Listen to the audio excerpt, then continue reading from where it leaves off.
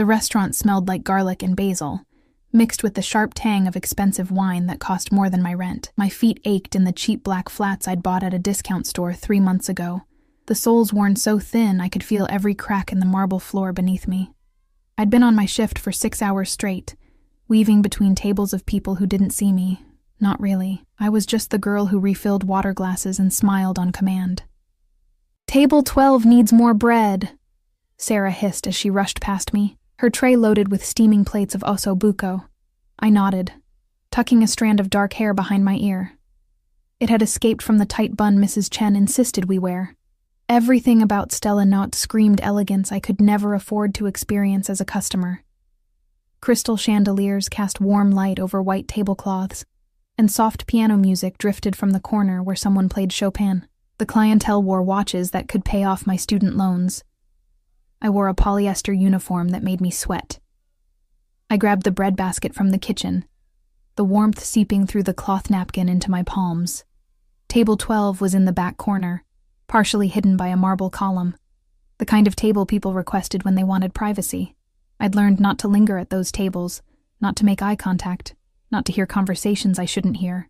But as I approached, I heard something that made me stop. Crying.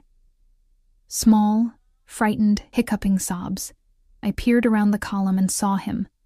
A little boy, maybe 5 years old, with dark curls and enormous brown eyes swimming with tears. He sat alone at the table, his small hands gripping the edge like it was a life raft. His lips trembled as he looked around the restaurant, clearly terrified. My heart clenched. I glanced around for his parents but saw no one approaching. The surrounding tables were occupied by business people absorbed in their conversations, oblivious to the frightened child. I shouldn't get involved. Mrs. Chen had strict rules about bothering customers, especially at the expensive tables. But I couldn't just walk away. "Hey, sweetie," I said softly, crouching down beside his chair so I was at his eye level. "Are you okay?"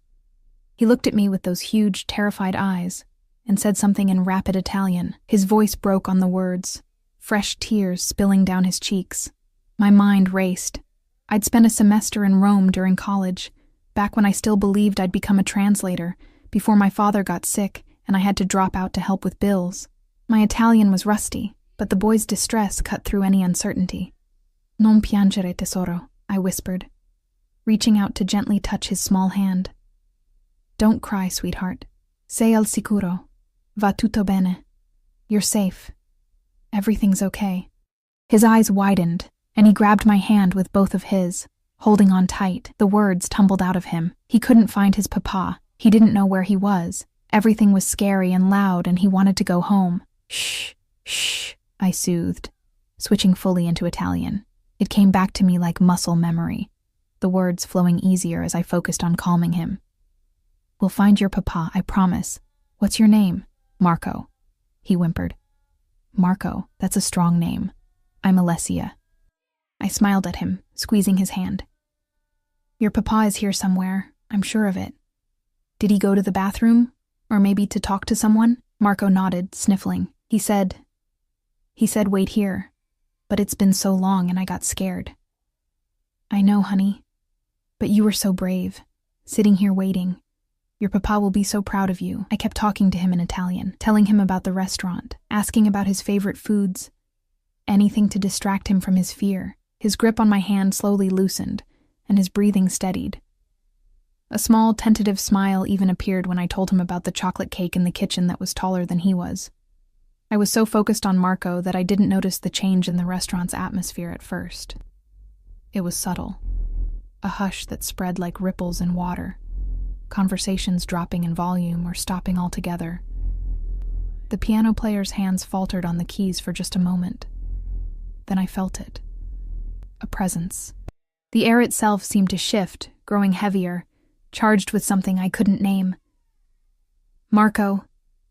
The voice came from behind me, deep, controlled, but with an undercurrent that made the hair on the back of my neck stand up. It wasn't loud, yet it cut through every other sound in the restaurant like a blade. I looked up and forgot how to breathe. He stood 3 feet away, and everything about him screamed danger wrapped in expensive fabric. His suit was black, perfectly tailored to a frame that spoke of controlled power. The white shirt beneath was crisp, the top button undone, revealing a glimpse of tanned throat, but it was his face that held me frozen. Sharp cheekbones, a jaw that could have been carved from marble, and eyes so dark they were almost black. Those eyes were fixed on Marco with an intensity that made me want to step between them to shield the child. But then Marco cried out, "Papa!" and launched himself from the chair into the man's arms. My mind stuttered.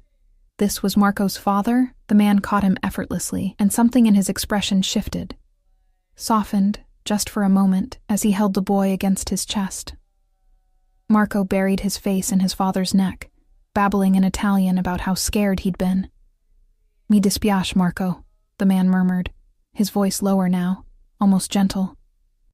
His large hand cradled the back of Marco's head, with a tenderness that seemed at odds with everything else about him. "I'm sorry." I started to stand, to back away and disappear like I should have done from the beginning, but those dark eyes snapped to me, pinning me in place. Up close, he was even more overwhelming.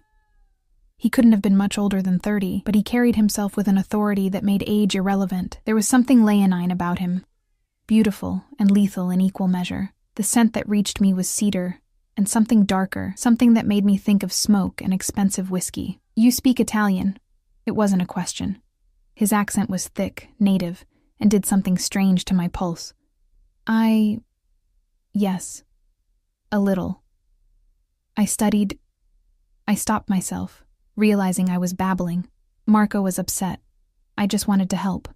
His gaze moved over me slowly, and I became acutely aware of my worn uniform, my practical shoes, the flyaway hairs escaping my bun. I felt examined, catalogued, weighed and measured in a way that made my skin prickle. "What did you say to him?" "I told him he was safe, that we'd find you." My voice came out steadier than I felt. "He was scared. And you comforted him, in my language." There was something in the way he said, "my language." Possessive, claiming, that made me shiver. Behind him, I noticed for the first time that he wasn't alone. 2 men stood a respectful distance away, both built like walls and wearing dark suits. They watched everything with sharp eyes, their hands resting at their sides in a way that suggested they were ready to move at any second.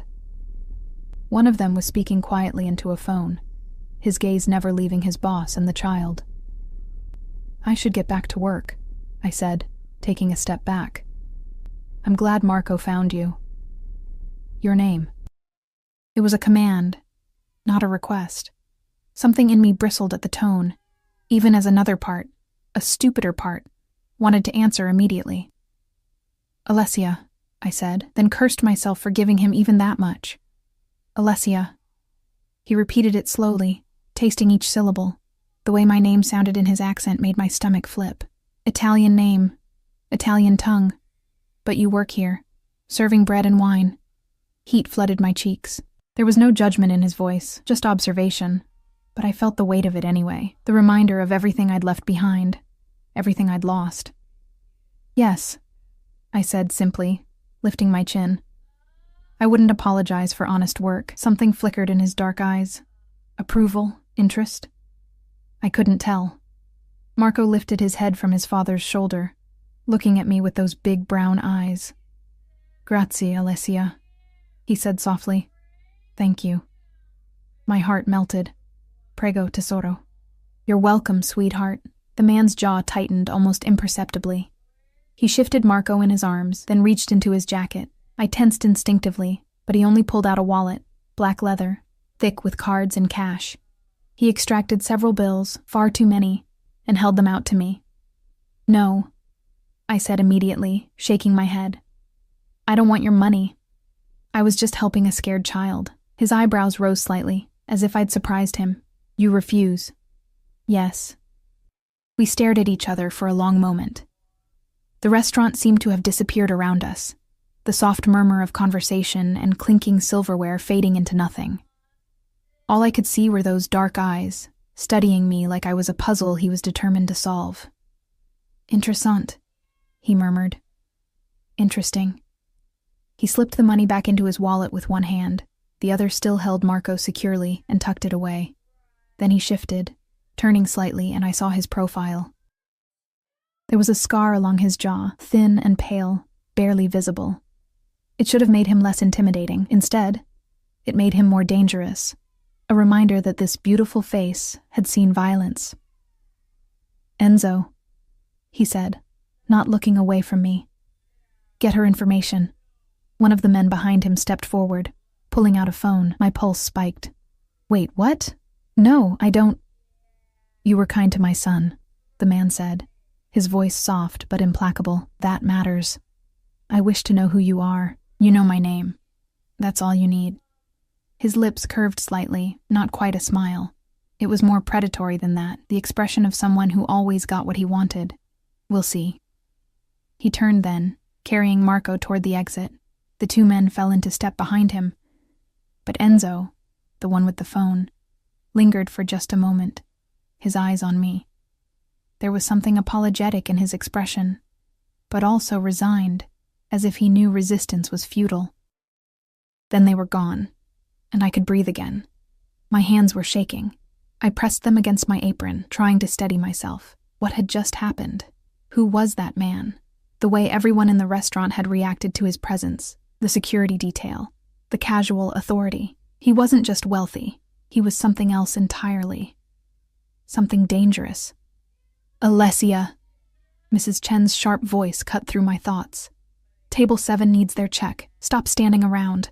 I jolted into motion, grateful for the distraction, but as I moved through the rest of my shift, I couldn't shake the feeling of those dark eyes on me. Couldn't forget the way he'd said my name, like he was claiming it. Couldn't stop wondering why he wanted my information. I told myself it didn't matter. Rich men came into the restaurant all the time. By tomorrow, he'd forget the waitress who spoke Italian to his son. But deep down, in a place I didn't want to examine too closely, I knew that wasn't true. I knew, with a certainty that felt like ice in my veins, that I'd just made a terrible mistake. And I had no idea what it was going to cost me. The next morning, I woke to sunlight streaming through the thin curtains of my studio apartment, dust motes dancing in the golden beams.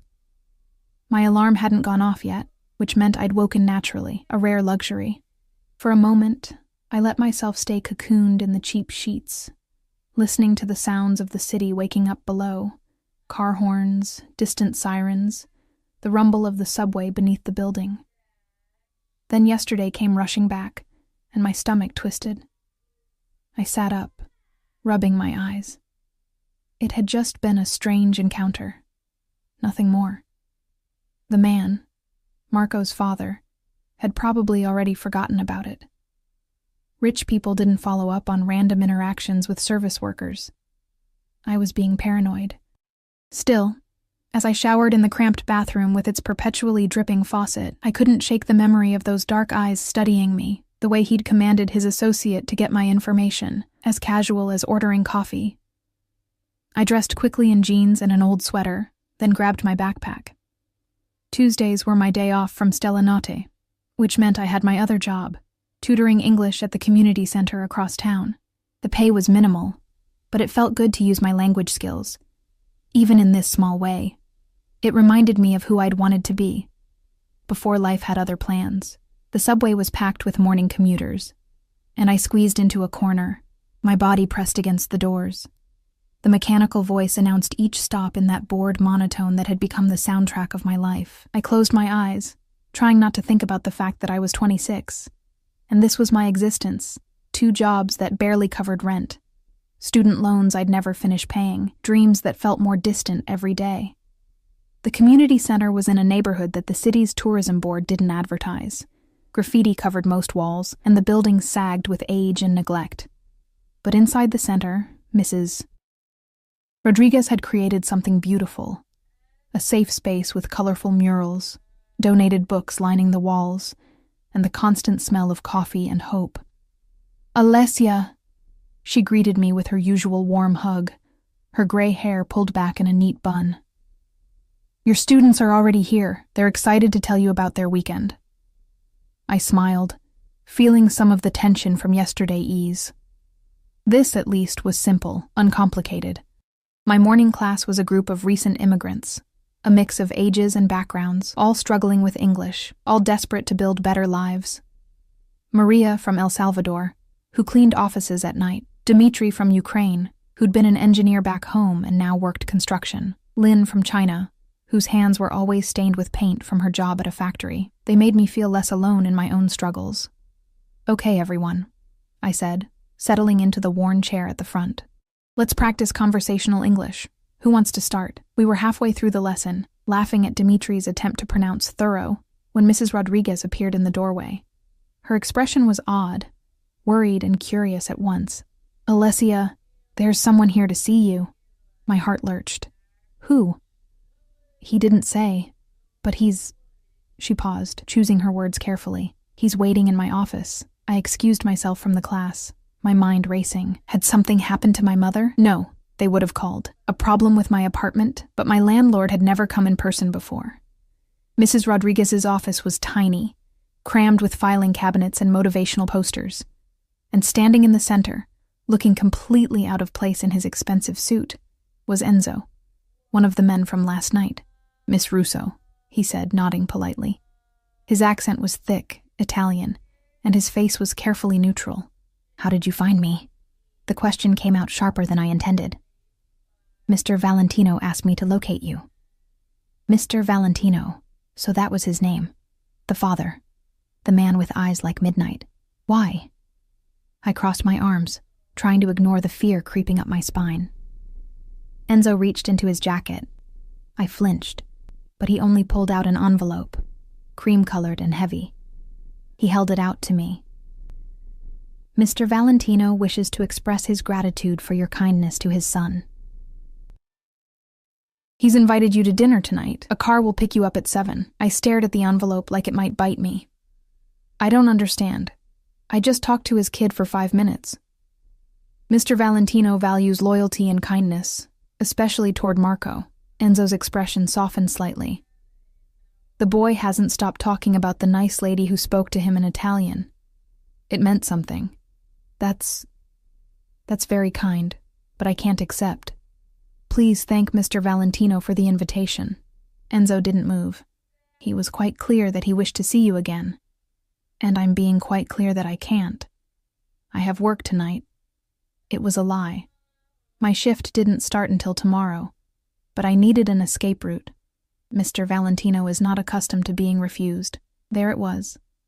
Beneath the polite words, a warning. The fear in my spine spread, turning my blood cold.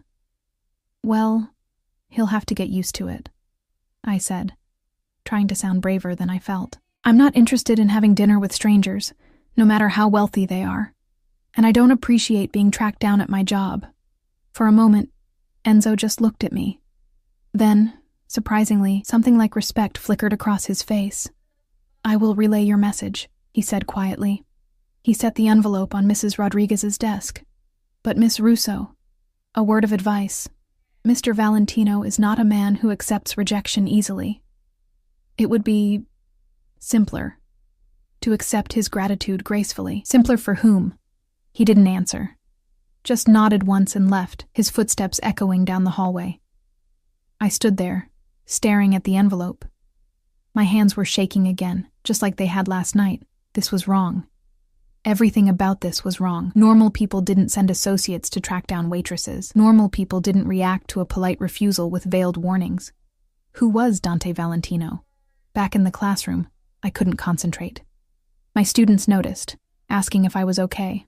I smiled and lied, saying I was just tired, but my mind kept circling back to the envelope, still sitting on Mrs. Rodriguez's desk where I'd left it. After class, I couldn't help myself. I opened it. Inside was a card, heavy stock with elegant script, just an address and a time, 8 p.m. tonight, not 7 like Enzo had said. Below that, a single line in Italian. Marco would like to see his new friend again. And beneath the card, a stack of $100 bills that made my vision blur, more money than I made in 2 months. I shoved it all back in the envelope, my heart pounding. This was manipulation, pure and simple. Using a child's affection to pressure me, using money to tempt me. It was working. I thought about my overdue electric bill, the medical debt from my father's final hospital stay, the hole in my left shoe that I'd been ignoring because I couldn't afford to replace them yet. No. No, I wouldn't be bought. Whatever game Dante Valentino was playing, I wanted no part of it. I made it through the rest of the day on autopilot, then headed home as the sun began to set. The subway was less crowded now, and I found a seat, pressing my forehead against the cool window. The city blurred past, a stream of lights and shadows. My apartment building was called the Valencia, though there was nothing remotely Spanish or elegant about it. The elevator had been broken for 3 weeks, so I climbed the 5 flights of stairs, my legs burning by the time I reached my floor. I was fishing for my keys when I noticed him. A man stood at the end of the hallway, partially hidden in shadow, not Enzo. Someone else. Bigger, with a scar running down the side of his face visible even in the dim light. He wasn't looking at me, but I knew he was there because of Valentino. My hands fumbled with the keys. I finally got the door open and slipped inside, slamming it shut and throwing the deadbolt. My breath came in short gasps as I leaned against the door. This was insane. Who did this? Who stationed men outside someone's apartment just because they'd refused a dinner invitation? Unless it wasn't just a dinner invitation. Unless I'd stumbled into something far more dangerous than I'd realized. I moved to the window, careful to stay behind the curtain as I peeked out. Below, parked directly in front of my building where there was usually never parking, sat a black SUV. The windows were tinted, but I could see the silhouette of someone in the driver's seat, watching. Fear turned to anger, hot and sharp in my chest. I grabbed my phone, and without letting myself think about it, searched for Stella Nate's number. When the hostess answered, I asked to speak to Mrs. Chen. Mrs. Chen, it's Alessia. I need to know, did anyone ask about me today, about where I live or where else I work? There was a pause. A man came by this morning, very well dressed. He spoke with me privately, asked about your schedule, your background. He said you'd helped his son, and he wanted to thank you properly. Her voice dropped. Alessia, I didn't tell him anything sensitive, but he was very persuasive, and he left a very generous tip for the staff. I'm sorry if It's okay, Mrs. Chen. Thank you for telling me. I hung up before she could ask questions I couldn't answer. So that's how they'd found me. Money and charm. Probably some intimidation mixed in. How many other people had they questioned? My landlord? The bodega owner downstairs who knew my routine? I should call the police. That was the rational response. But something stopped me. The memory of how everyone in that restaurant had reacted to Valentino's presence.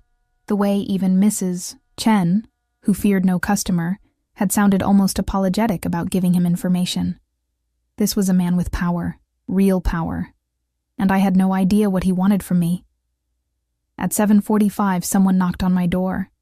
I froze on my secondhand couch, my heart hammering. The knock came again, patient but insistent. Miss Russo! Enzo's voice muffled through the door. Mr. Valentino has sent a car for you. I already told you no, I called back, hating how my voice shook. He anticipated you might say that. He asked me to tell you that this is not a request you want to refuse. Mr. Valentino is a man of significant influence, and he has taken a personal interest in you. Fighting that interest would be unwise. There it was. Not even veiled anymore. A threat, delivered in polite words. I stood up, my legs unsteady, and walked to the door. I didn't open it. And if I call the police? A long silence. Then, Mr. Valentino has many friends, Miss Russo. In many places. Please don't make this difficult. He truly does just want to thank you and allow Marco to see you again. One dinner. That's all he asks. One dinner. As if this would end there. As if men who sent security details to track down waitresses ever stopped at one dinner. But what choice did I have? He knew where I lived, where I worked. He had people watching me, and beneath Enzo's polite words was a clear message. Resistance would make things worse. Give me 10 minutes, I said finally, defeat bitter on my tongue. Of course. The car is waiting downstairs. I heard his footsteps retreat, and I pressed my forehead against the door, fighting the urge to cry. This was wrong. Everything about this was wrong, but I was trapped. I changed quickly, choosing the only dress I owned that wasn't my uniform, a simple navy blue sheath I'd bought for my father's funeral. I pulled my hair down from its usual bun, let it fall around my shoulders, then immediately second-guessed the decision and started to put it back up. No. I wouldn't primp for Dante Valentino. I wouldn't play whatever game he expected. I grabbed my phone, made sure it was charged, and took a photo of the address on his card. I texted it to my friend Rachel with a message. Going to dinner here. If you don't hear from me by midnight, send help. Her response came immediately. WTF? Are you okay? I'll explain later. Just please, remember this address. Okay, but I'm calling you at 11. It wasn't much of a safety net, but it was something. Downstairs, the black SUV waited, and Enzo held the door open. The interior was leather and luxury. So far removed from my world, it might as well have been another planet. As we pulled away from the curb, I watched my building disappear in the side mirror, and wondered if I'd just made the biggest mistake of my life. The restaurant was nothing like Stella Nata. We didn't pull up to a busy street with valet parking and crowds of people waiting for tables. Instead, the SUV turned down a narrow alley, then through a gate that opened as we approached. We drove into a private courtyard surrounded by old brick buildings, their windows glowing with warm light. Ivy crawled up the walls, and I could hear the distant sound of water. A fountain, maybe. This wasn't a restaurant. This was someone's home. My pulse quickened as Enzo opened my door. The evening air was cool against my skin, carrying the scent of jasmine and something cooking. Garlic, tomatoes, herbs. Despite my fear, my stomach growled. I hadn't eaten since breakfast. This way, Miss Russo. He led me through a door into a space that stole my breath. The interior was all exposed brick and dark wood, with soaring ceilings and chandeliers that looked like they belonged in a cathedral. Artwork covered the walls, real art, the kind I'd only seen in museums. Everything spoke of old money, old power, old secrets. My cheap dress suddenly felt even more inadequate. We climbed a staircase, our footsteps echoing on marble, and I noticed cameras in every corner. Security wasn't just outside. It was woven into every inch of this place. How many people were watching me right now? Enzo stopped at a set of double doors, knocked once, then pushed them open. The room beyond was a private dining room, intimate and dimly lit. Candles flickered on a table set for two, the china and crystal catching the light. Floor-to-ceiling windows looked out over the city, the light spreading like stars fallen to earth.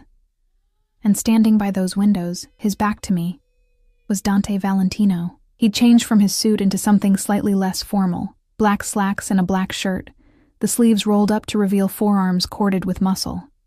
Even in silhouette, he commanded the space, made it his. "Thank you, Enzo," he said without turning. His voice was quieter than I remembered, but no less compelling. "Leave us." I heard the doors close behind me with a soft click that sounded like a cell door locking. Dante turned, and I forgot how to breathe again. In the candlelight, he was even more striking than he'd been in the restaurant. The shadows carved his face into sharp planes and dangerous angles, and those dark eyes found mine with an intensity that made my knees weak. He studied me slowly, taking in my simple dress, my loose hair, my defiant expression. "You came?" he said finally. Did I have a choice? The words came out sharper than I intended, but I was too frightened to be polite. Something flickered in his expression. Not anger, but something darker. More complicated.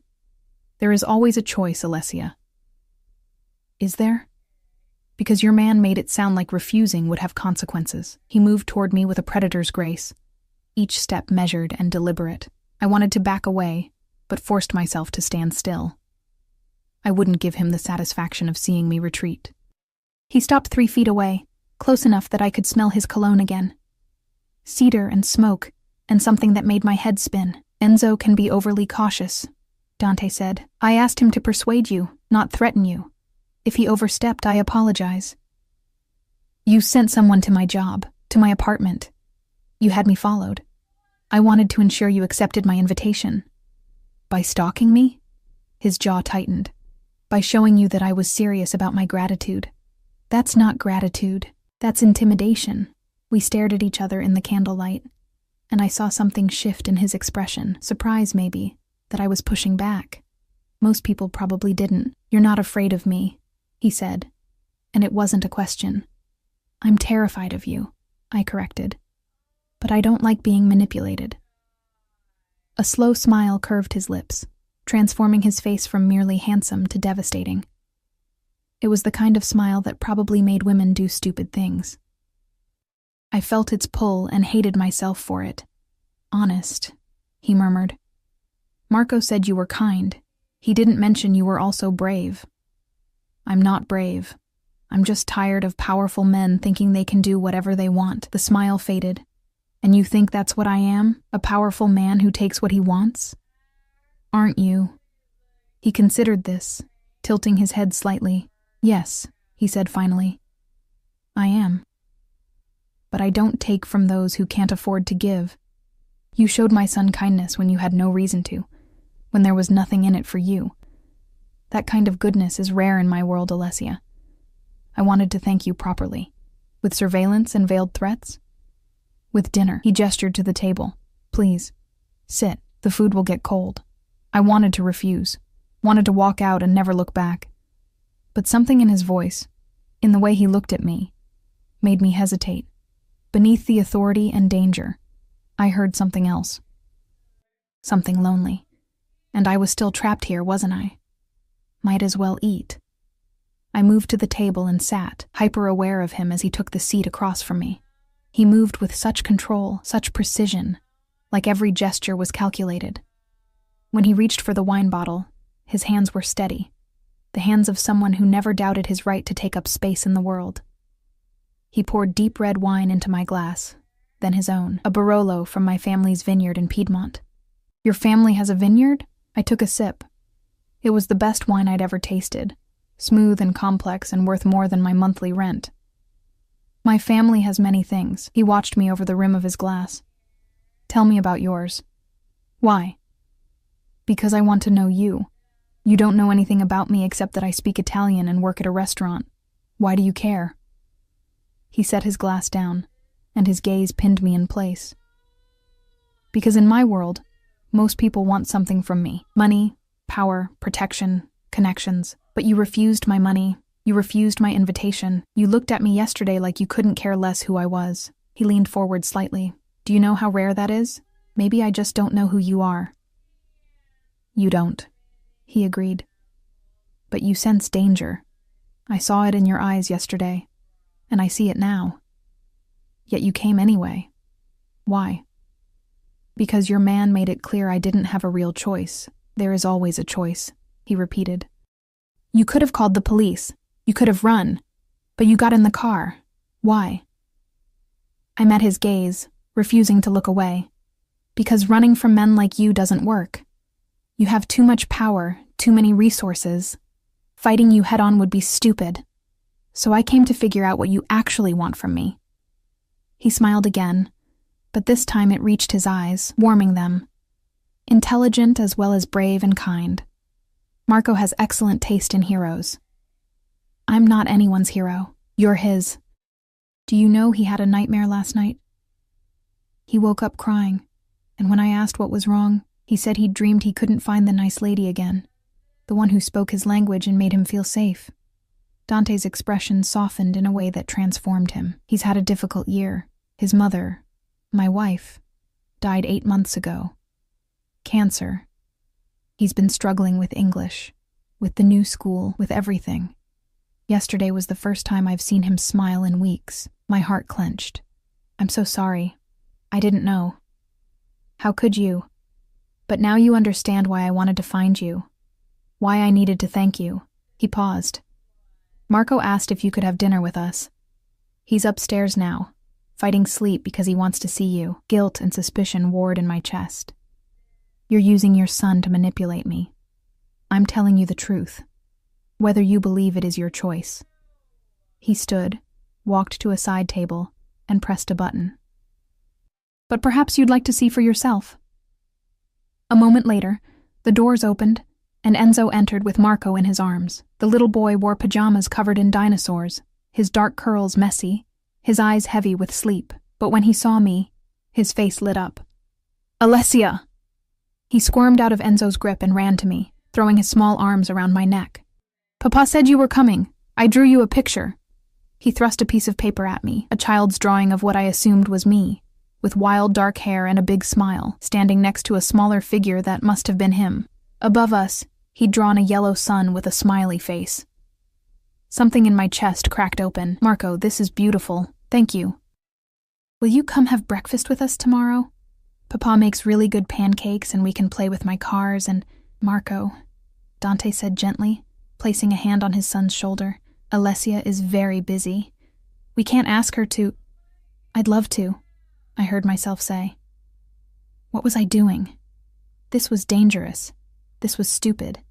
But Marco looked at me with such hope, such uncomplicated joy, that I couldn't say no. Dante's eyes widened slightly, the first time I'd seen him truly surprised. You're sure?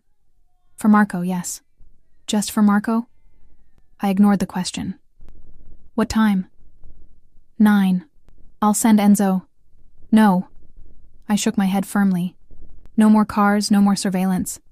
Give me the address, and I'll find my own way here. He studied me for a long moment, and I could practically see him calculating, weighing options. Finally, he nodded. As you wish. Enzo took Marco back upstairs, the boy waving at me until he disappeared through the doors. Alone again with Dante, the room felt smaller, the air thicker. You surprised me, he said, returning to his seat. Again. Good.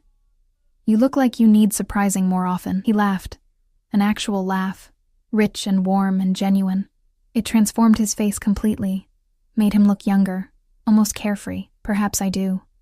Dinner arrived then, brought by silent staff who served us and disappeared like ghosts. The food was incredible.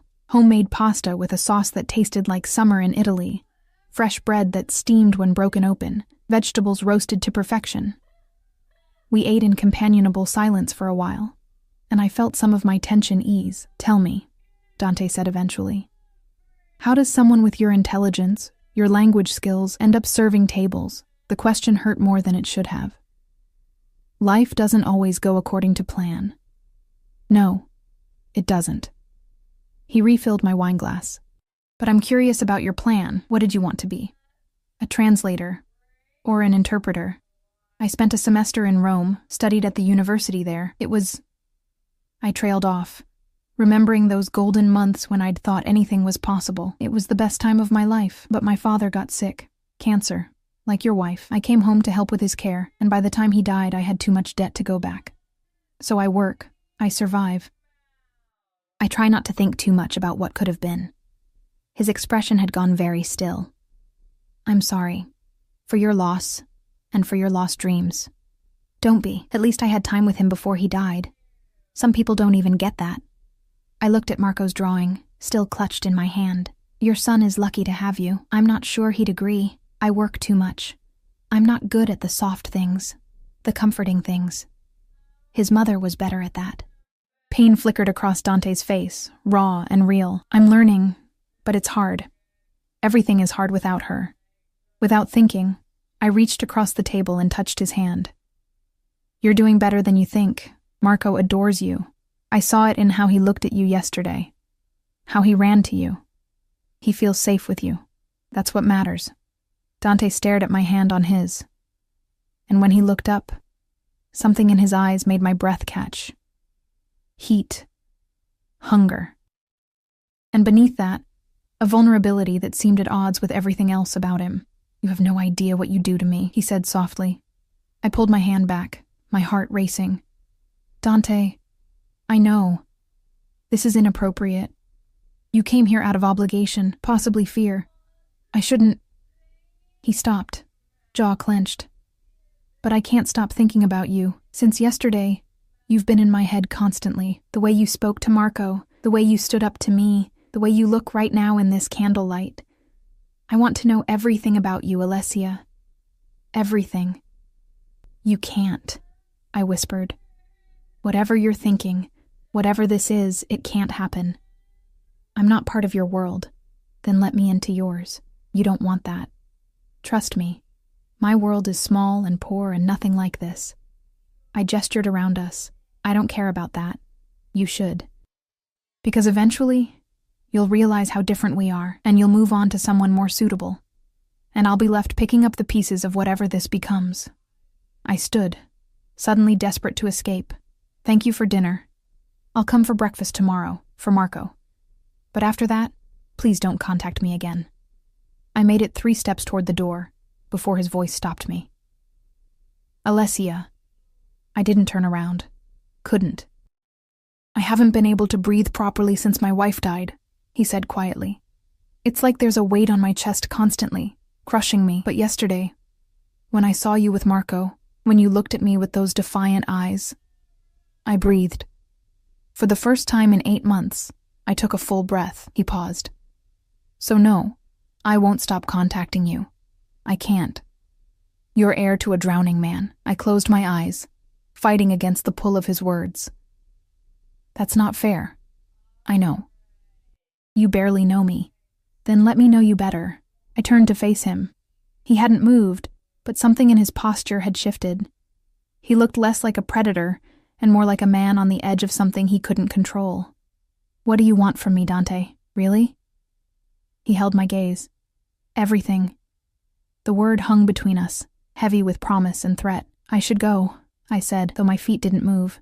Enzo will drive you home. I can take the subway. At this hour? No. His tone left no room for argument. Please, let me at least ensure you get home safely. I nodded, too tired to fight anymore. As Enzo appeared to escort me out, Dante caught my arm gently. Tomorrow, he said, 9 o'clock. For Marco, I reminded him. His smile was dangerous. Of course. For Marco. But we both knew that was a lie. I didn't sleep that night. I lay in my narrow bed, staring at the ceiling with its water stain that looked like a map of somewhere I'd never been, and tried to make sense of what was happening to me. Dante Valentino was dangerous. That much was clear. Not just because of the security detail, or the obvious wealth, or the way people reacted to his presence. He was dangerous because of the way he looked at me, like I was something precious he'd found and refused to let go. And I was dangerous to myself because part of me, a stupid, reckless part, wanted to let him hold on. At 8:30 the next morning, I stood outside my building, Marco's drawing folded carefully in my purse, and pulled up the address Dante had given me on my phone. It was in a neighborhood I'd never been to, one where the buildings had doormen and the streets were actually clean. The subway ride took 40 minutes, and with every stop, I told myself I could get off, turn around, go back to my safe, small life. But I didn't. The address led me to a brownstone on a tree-lined street that looked like something from a movie. Autumn leaves covered the sidewalk in shades of gold and red, and the morning sun filtered through the branches in dappled patterns. I climbed the steps to the front door, my hand raised to knock when it swung open. Dante stood there in jeans and a gray sweater, his feet bare, his hair slightly mussed. He looked younger like this, more approachable, though no less compelling. Those dark eyes swept over me, taking in my simple jeans and jacket, and something in his expression softened. You came, he said, and I heard genuine relief in his voice. I said I would. I wasn't sure you meant it. He stepped back, gesturing for me to enter. Please. The interior of the brownstone was warm and lived in, so different from the formal dining room last night. Toys were scattered across a plush rug in the living room, and I could smell coffee and something sweet, cinnamon maybe. Children's drawings covered the refrigerator in the kitchen, visible through an archway, and a calendar on the wall was marked with soccer practices and doctor's appointments in neat handwriting. This was a home. A real home where a father was raising his son alone. Alessia! Marco came running from somewhere upstairs, his dinosaur pajamas replaced by jeans and a striped shirt. He crashed into me with the full force of a 5-year-old's enthusiasm, and I laughed despite myself, catching him in a hug. Good morning, Marco. Are you ready for those pancakes your papa promised? Yes. And I want to show you my room and my cars and my books that Mama used to read to me, Marco. Dante said gently. Let Alessia breathe. And breakfast first, yes? We moved to the kitchen, where Dante had already started cooking. I watched him work, this powerful man who commanded fear and respect, now flipping pancakes with the practiced ease of someone who'd done it 1,000 times. He moved around the kitchen with confidence, pulling out plates, pouring orange juice, adding chocolate chips to Marco's pancakes without being asked. "Can I help?" I offered. "Sit. You're a guest." But there was no arrogance in it, just hospitality. Marco chattered throughout breakfast, telling me about his school, his friends, the movie he'd watched last night. His English was good but peppered with Italian words when he got excited, and I slipped between languages naturally, making him giggle when I understood his mixed sentences. Dante said little, but his eyes never left us. I felt his gaze like a physical touch, studying the way I interacted with his son, the way Marco leaned against me while he talked, completely comfortable. After breakfast, Marco dragged me upstairs to his room, a space filled with books and toys, and a bed shaped like a race car. He showed me everything with the unself-conscious pride of a child who knows he's loved. And on the nightstand, I saw a photo of a beautiful woman with dark hair and kind eyes, holding a baby Marco. "That's Mama," he said, following my gaze. "She's in heaven now, but Papa says she's always watching over me." My throat tightened. "I'm sure she is, and I'm sure she's very proud of you." "Do you think she'd like you?" The question caught me off guard. I don't know, sweetheart. I think she would. You're nice like she was." He climbed onto my lap, snuggling against me with the easy affection of a child starved for maternal warmth. "Will you come back again?" I looked up to find Dante standing in the doorway, his shoulder against the frame, his expression unreadable, but his hands were clenched at his sides, knuckles white. "We'll see," I said carefully. Marco seemed satisfied with that answer, and launched into showing me his extensive car collection. We played for over an hour, building elaborate tracks and racing vehicles, and I lost myself in the simple joy of it. When was the last time I'd just played? Just existed in the moment without worrying about bills or jobs or the future. Eventually, Marco's eyes started to droop. Apparently, pancakes and excitement were exhausting, and Dante scooped him up. "Nap time, Piccolino," he murmured, and Marco didn't even protest, just tucked his face into his father's neck. I followed them to Marco's bed, watching as Dante laid him down gently, pulled the covers up, and pressed a kiss to his forehead. The tenderness in the gesture made my chest ache. This was a man who loved fiercely, completely, despite the danger that surrounded him. Downstairs, Dante poured us both coffee and led me to a study lined with books. We sat in leather chairs by a fireplace, the morning light streaming through tall windows. And for a moment, neither of us spoke. "Thank you," he said finally, "for coming, for being so kind to him. He's easy to be kind to. He's a wonderful kid. He is." Dante stared into his coffee cup. "But he's struggling.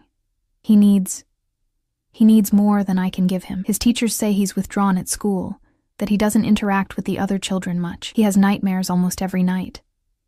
The child psychologist says he needs stability, routine, positive female influence." He looked up at me. "He needs someone like you." Warning bells went off in my head. "Dante, I'm not asking you to replace his mother. No one could, but he's drawn to you in a way he hasn't been with anyone since Maria died. And He set his cup down, leaned forward. "I told you last night that you helped me breathe. That wasn't a line, Alessia. It's the truth. Being around you, watching you with Marco, it's the first time in months that this house has felt like a home instead of a tomb. You don't know me," I said desperately. "You've spent maybe 3 hours total in my presence. You can't make decisions based on that." "Can I?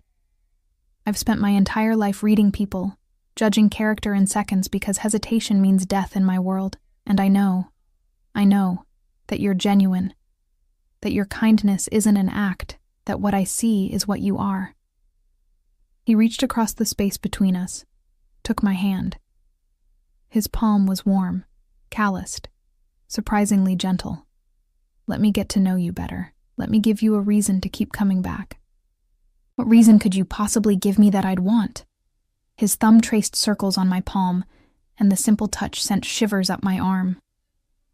What do you want, Alessia? Really want? If money and circumstances weren't obstacles? I should have pulled my hand away, should have laughed off the question, but something in his eyes, in the quiet intensity of the moment, made me answer honestly. I want to finish my degree. I want to use my languages for something meaningful. I want to travel, to see the places I've only read about. I trailed off, embarrassed. Tell me. I want to not be invisible anymore. I want to matter to someone, to be seen as more than just the waitress or the tutor or the girl who couldn't make it. The admission hurt, exposing a wound I usually kept hidden.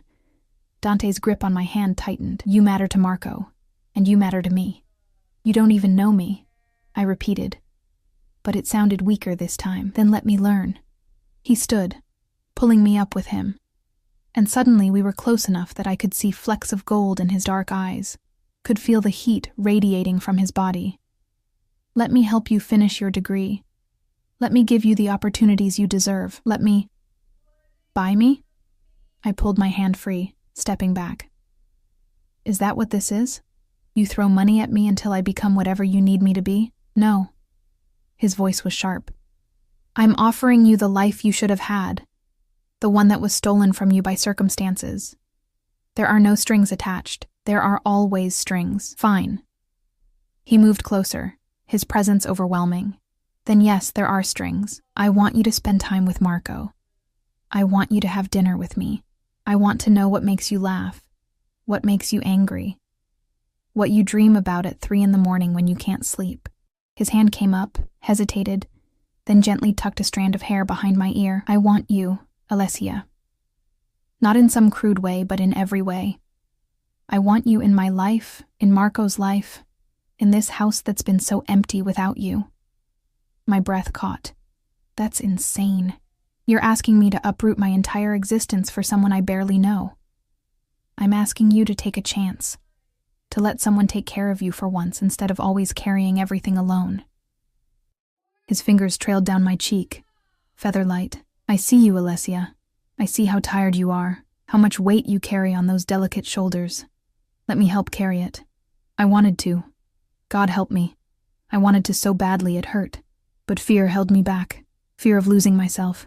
Fear of the danger that clearly surrounded him. Fear of what would happen when this fever dream ended and reality crashed back in. I need time, I whispered.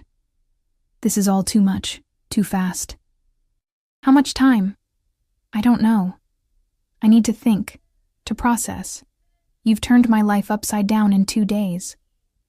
He nodded slowly, though I could see the frustration in the tightness of his jaw. I can give you time, but I won't stop trying to convince you. I wouldn't expect anything less. A smile tugged at his lips. There's that fire I love. You never back down, do you? Not when it matters. Good. He stepped back, giving me space to breathe.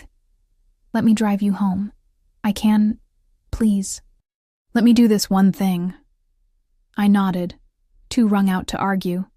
The drive back to my neighborhood was quiet. Dante at the wheel of a different car this time. Still expensive, but less conspicuous. A dark sedan instead of the SUV. He drove with the same controlled precision he did everything else, and I found myself studying his profile.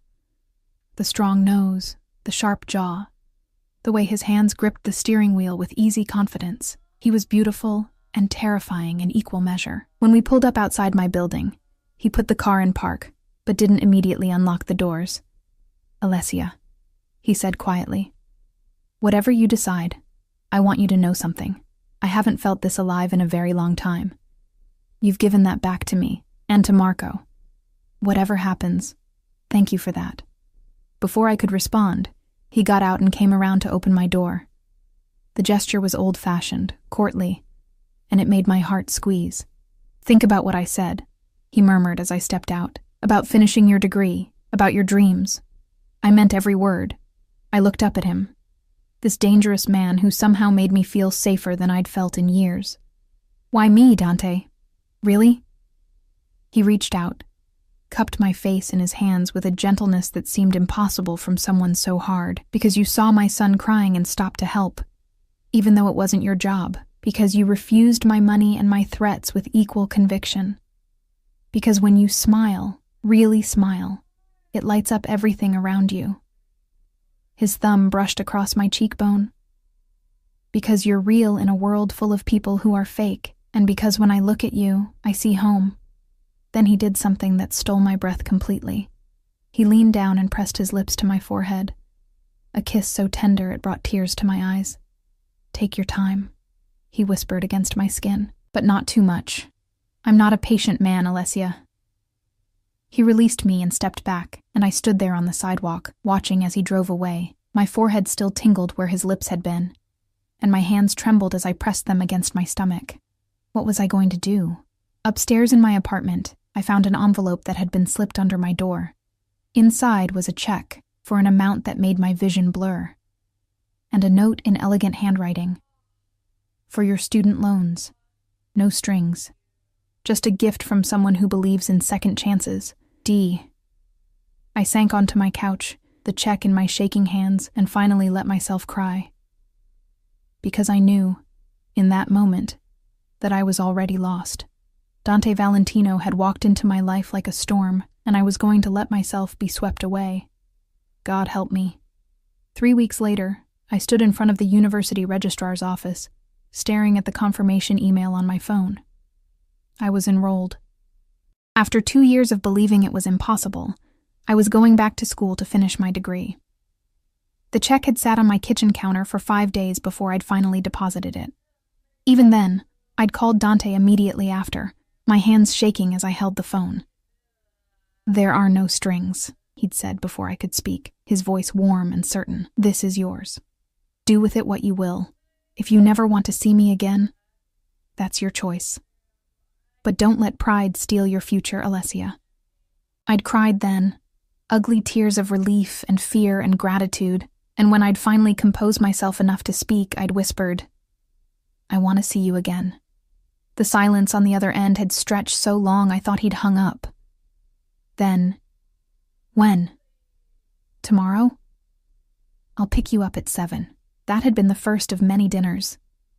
Sometimes at his brownstone with Marco chattering happily between us, sometimes at quiet restaurants where Dante's security waited discreetly at other tables. Once, memorably, at a hole-in-the-wall taco place I'd insisted on, where he'd looked completely out of place in his expensive suit, but had eaten with genuine enjoyment, declaring it the best meal he'd had in months. We talked about everything. My childhood in a working-class neighborhood where everyone knew everyone.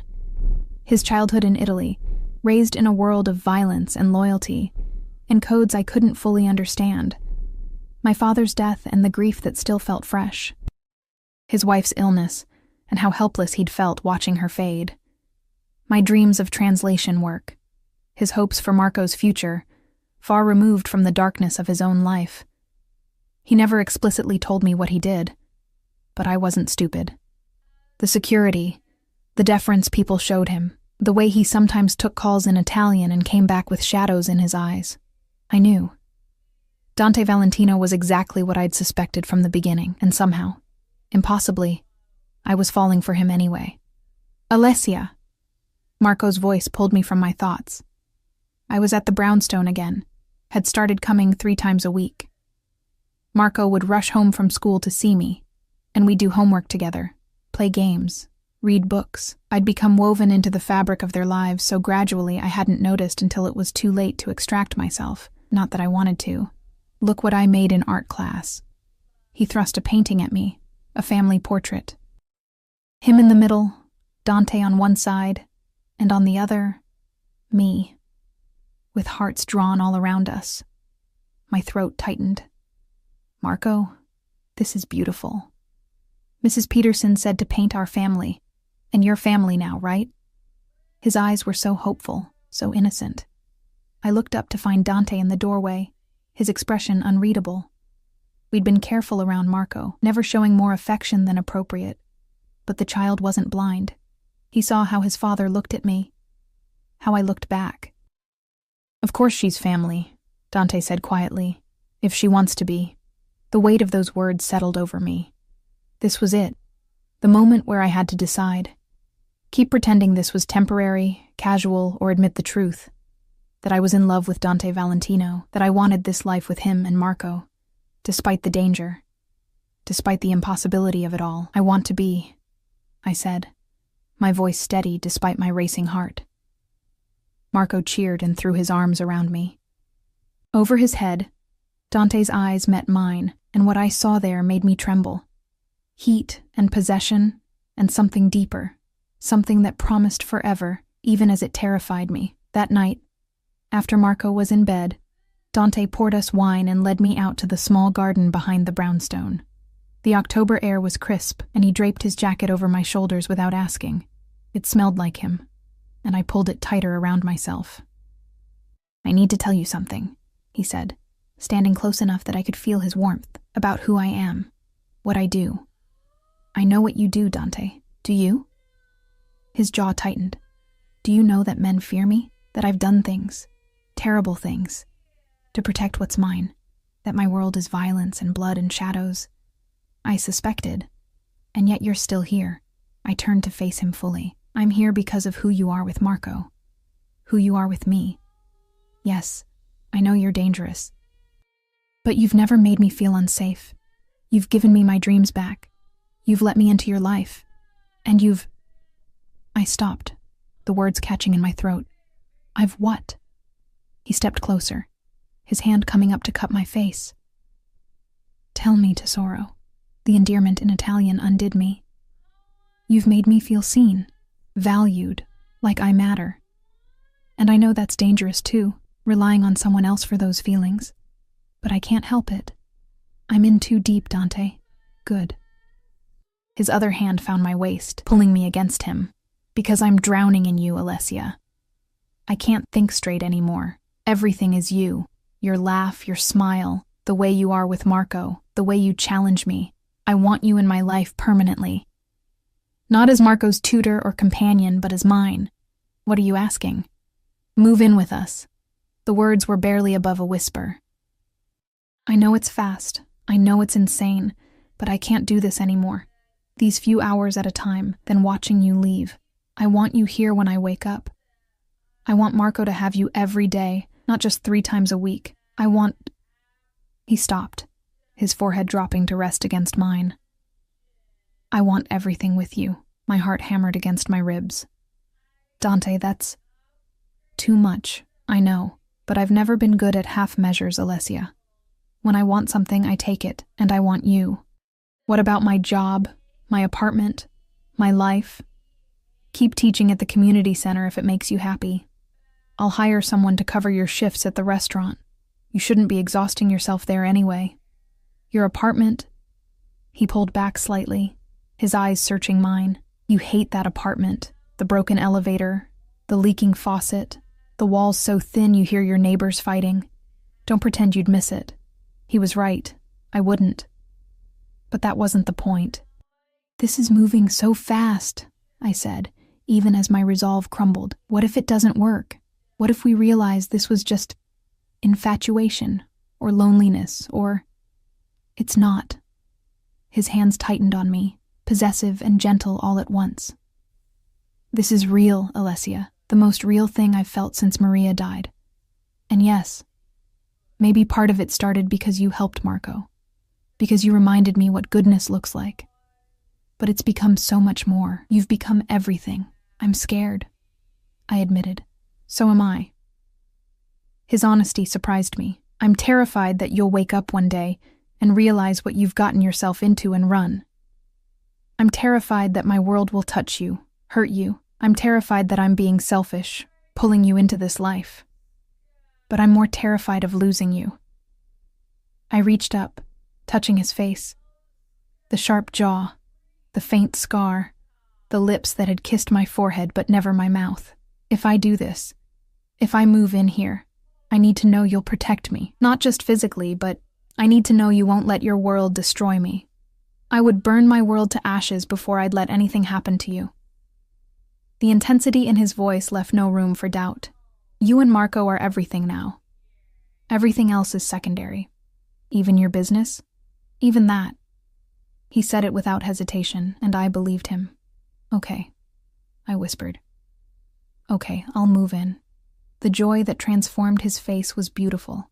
He lifted me off my feet, spinning me once before setting me down, and finally, claiming my mouth with his. The kiss was everything I'd imagined, and nothing I could have prepared for.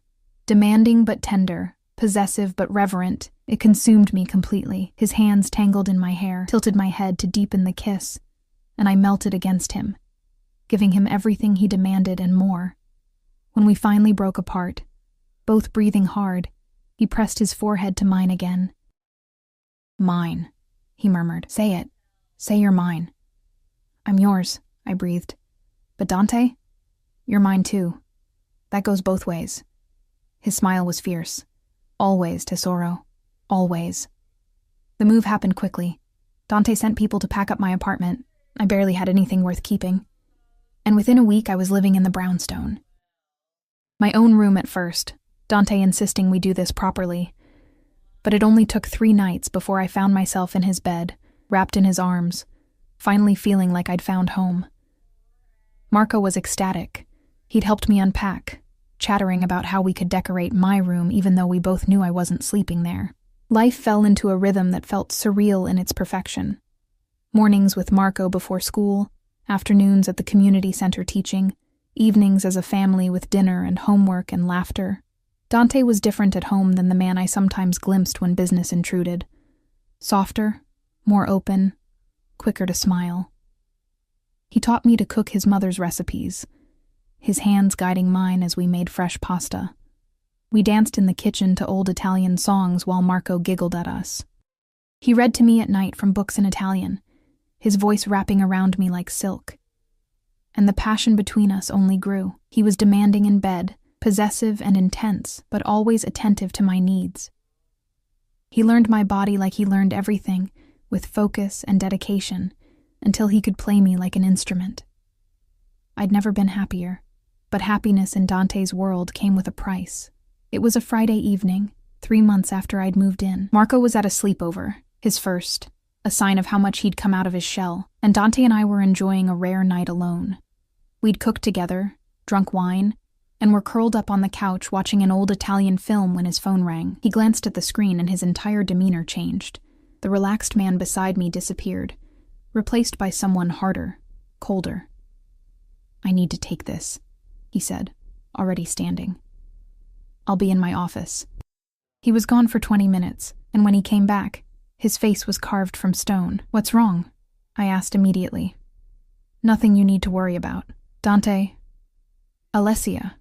His tone was sharp. "This is the part of my life you don't get to be involved in. I told you I'd protect you from my world, and I meant it." Hurt lanced through me. "I'm not asking to be involved. I'm asking what's wrong because I can see you're upset." He closed his eyes, pinching the bridge of his nose. When he looked at me again, some of the coldness had thawed. "I'm sorry. That was unfair. There's a situation with a business associate. It needs to be handled carefully. Is it dangerous?" "Everything I do is dangerous." He pulled me against him, holding me tight. "But I won't let it touch you. I promise." I wanted to believe him, and for 2 weeks, everything seemed fine. Then the threat started. The first was a photo slipped under the door. Me, leaving the community center, unaware I was being watched. No note, just the photo. Dante's reaction was immediate and terrifying. Within hours, the security around me doubled. I couldn't go anywhere without guards. The brownstone became a fortress. "Who's doing this?" I demanded. "Why?" "Someone who wants to hurt me," Dante said, his voice tight with barely controlled rage. "And they figured out the best way to do that is through you." The second threat came a week later. A message left on Dante's phone. A man's voice, speaking Italian, but Dante translated for me later. "The girl dies unless you back down." I'd never seen Dante truly angry before. It was like watching a storm form. Terrible and beautiful and absolutely destructive. He made calls, issued orders in a voice that made hardened men flinch. People scrambled to obey, but he also held me every night, his arms a cage I didn't want to escape. "Nothing will happen to you," he whispered into my hair. "I swear it on my life, on Marco's life. You're safe."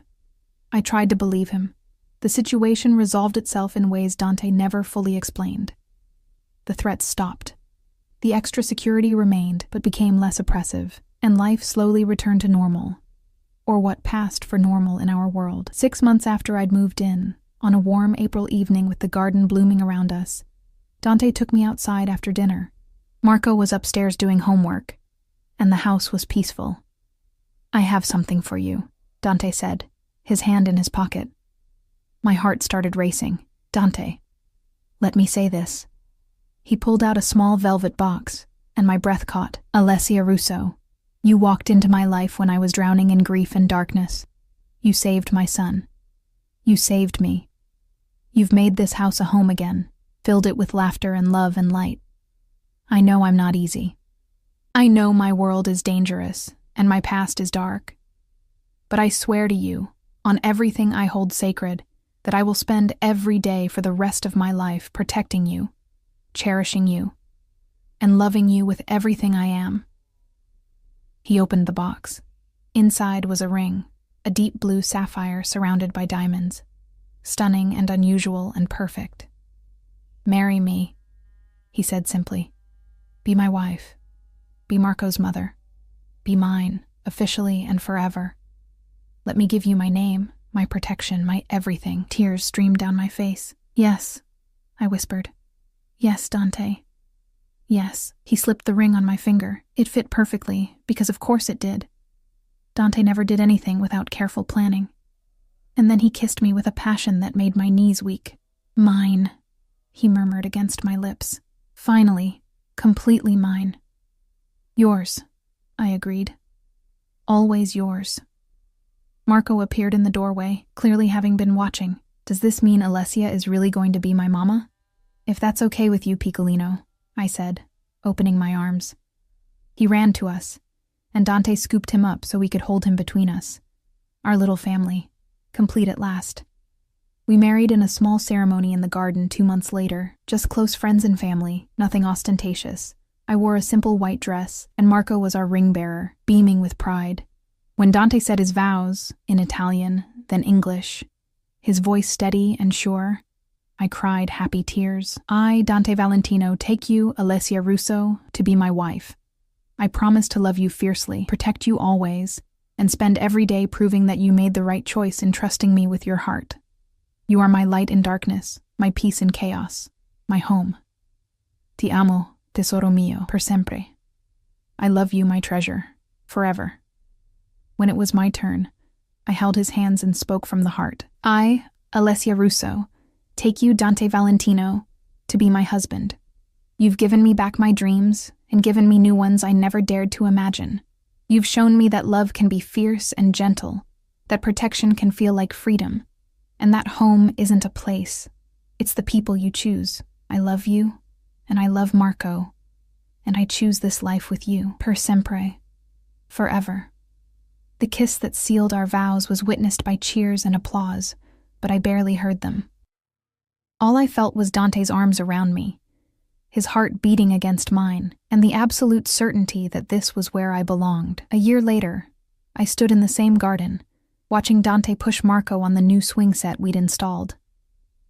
Our son, because that's what he was now, legally and in every way that mattered, had grown taller, more confident, happier.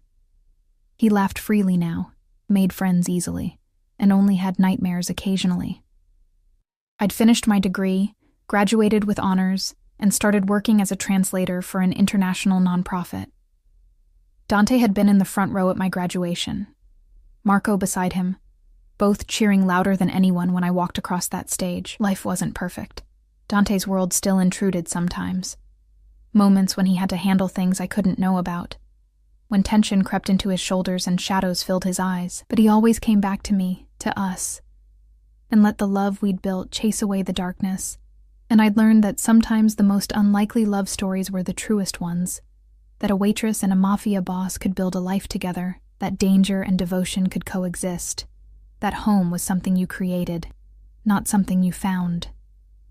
"Mama," Marco called, "come push me higher." Mama. The word still made my heart swell every time. I walked over, and Dante pulled me against him, his arm around my waist, his lips brushing my temple. Happy, he murmured. I looked at our son, flying high on the swing with pure joy on his face, looked at this man who'd turned my world upside down, and then carefully put it back together in a better shape. Looked at the home we'd built together, brick by brick, moment by moment. Happier than I ever dreamed possible, I said truthfully. Good. His arm tightened around me. Because you're stuck with us now, Tesoro. Forever. Forever, I agreed, leaning into his warmth. And as the sun set over our garden, painting everything in shades of gold and rose, I knew that this complicated, passionate, impossible love was exactly where I was meant to be. Sometimes the best stories start with a scared child and a kind gesture. Sometimes they lead to forever. This was ours, and it was perfect.